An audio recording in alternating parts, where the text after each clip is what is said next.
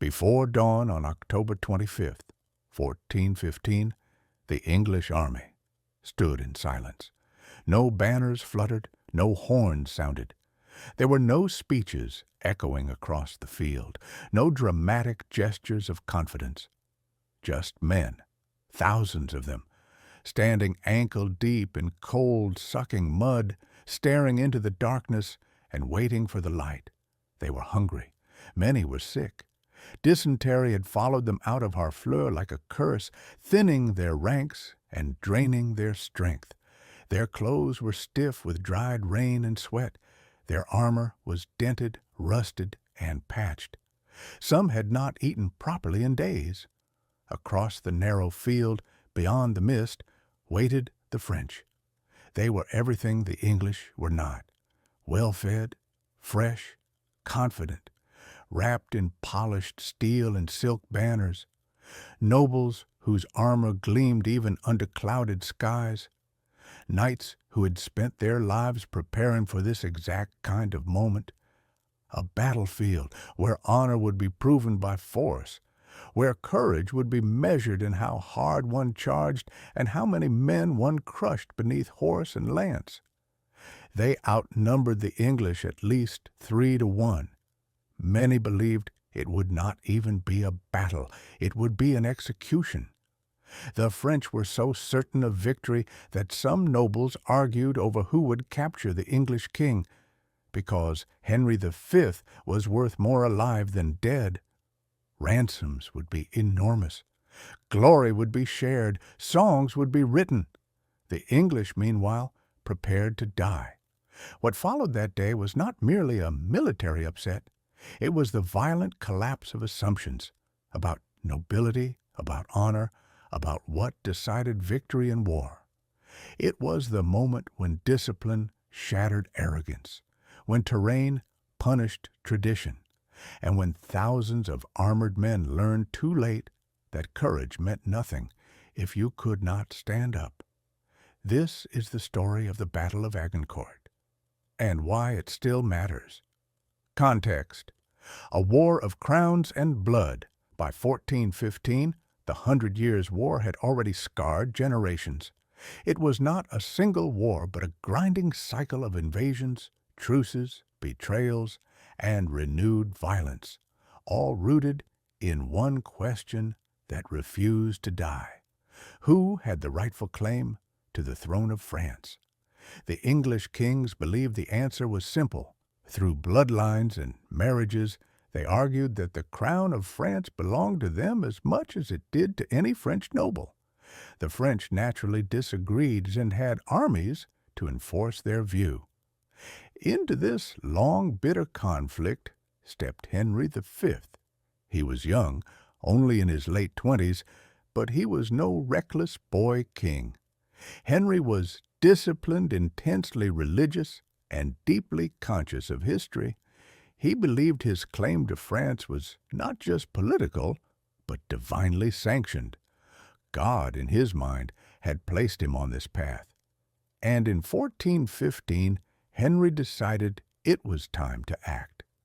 He invaded northern France with a professional army, not a feudal host, but paid soldiers trained to fight together. His first objective was Harfleur, a key port city. The siege succeeded, but it came at a terrible cost. Disease ravaged the English camp. Men died not screaming in battle, but curled in filth, weakened by fever and diarrhea, their bodies unable to fight any longer. By the time Harfleur fell, Henry's army was a shadow of what it had been. Still, he marched. His goal was Calais, an English-held stronghold. Reaching it would mean survival. Failing to reach it would mean annihilation. The French knew this. They mobilized with terrifying speed. Nobles from across the kingdom answered the call, eager not just to defeat Henry, but to destroy him. This was their chance to end the campaign in a single blow, to crush the English army while it was wounded and retreating. The trap closed near a small village called Agincourt. Armies and terrain. strength versus reality. The English army, Henry V, commanded somewhere between 6,000 and 9,000 men. The exact number lost to history, but the imbalance was unmistakable. The heart of his force was the longbowmen. These were not amateurs. English law had required archery practice for generations. Boys grew up drawing bows so powerful they reshaped their skeletons. These men could loose arrows faster than most soldiers, could reload a crossbow. Their arrows fell like rain. But arrows alone were not enough. Supporting them were men-at-arms, professionals in plate armor, fewer in number, but hardened by experience. Henry himself would fight among them, sharing their risk. The English army had one overwhelming advantage: unity. There was one commander, one plan, one understanding of what had to be done. The French army. The French host was enormous, perhaps 20,000, perhaps 30,000 or more. It was dominated by nobility. These men were brave. They were skilled. But they were also constrained by tradition. Each noble expected his place in the line. Each wanted glory. Each wanted to prove himself, not to obey orders, but to shine. Command was divided among powerful figures, including Charles d'Albret, the Constable of France. Authority was shared, debated, negotiated, and debate is death on a battlefield. The terrain between the two armies lay a narrow field, recently plowed, soaked by rain, bordered tightly by woods. There would be no flanking, no sweeping cavalry maneuvers, no room to breathe. The mud was deep. Henry V saw it and understood. The field would decide the battle. The battle from silence to slaughter. The standoff morning came slowly. Fog clung to the ground. The two armies faced each other in an eerie stillness. Hours passed. Men shifted their weight, feeling mud pull at their boots. The French waited. They believed the English would break first. Hunger would force them to retreat. Fear would do the rest. But the English did not move. Henry knew that waiting meant death, and so he chose to gamble. Henry advances. Against every instinct of caution, Henry ordered his army forward. It was a silent march, measured, disciplined, until the longbowmen reached effective range. There they stopped. Archers hammered sharpened wooden stakes into the ground, angling them toward the French. Simple tools, deadly purpose. This was an insult to French chivalry. It forced their hand. The French charge, French cavalry surged forward, spurred by pride and anger. They never had a chance. The mud slowed the horses. The stakes broke their momentum. Arrows struck horses and riders alike. Men fell screaming, crushed beneath panicking animals.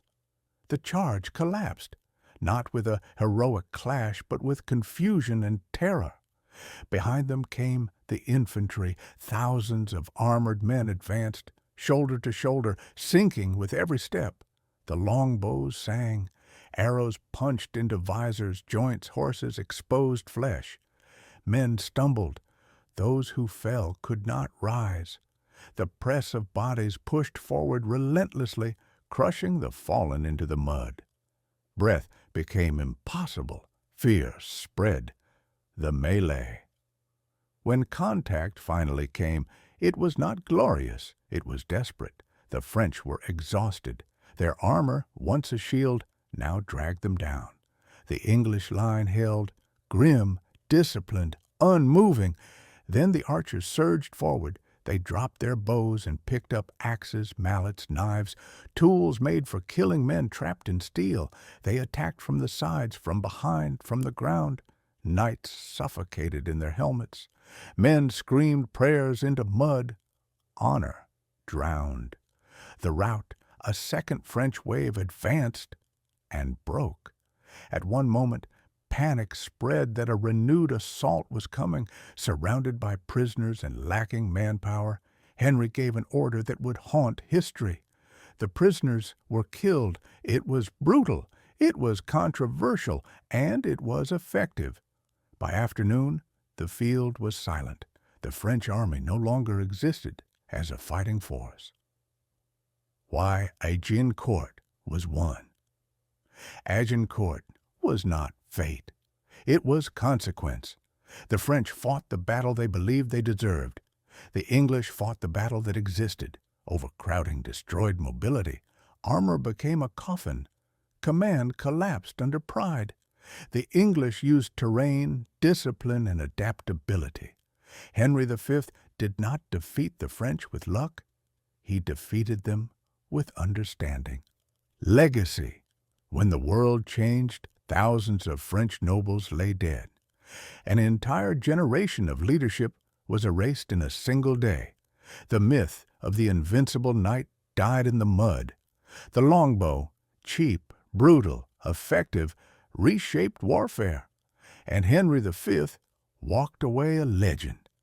Agincourt was not just a victory, it was a warning. War does not care about tradition. It does not care about status. It does not care about honor. It cares only about reality.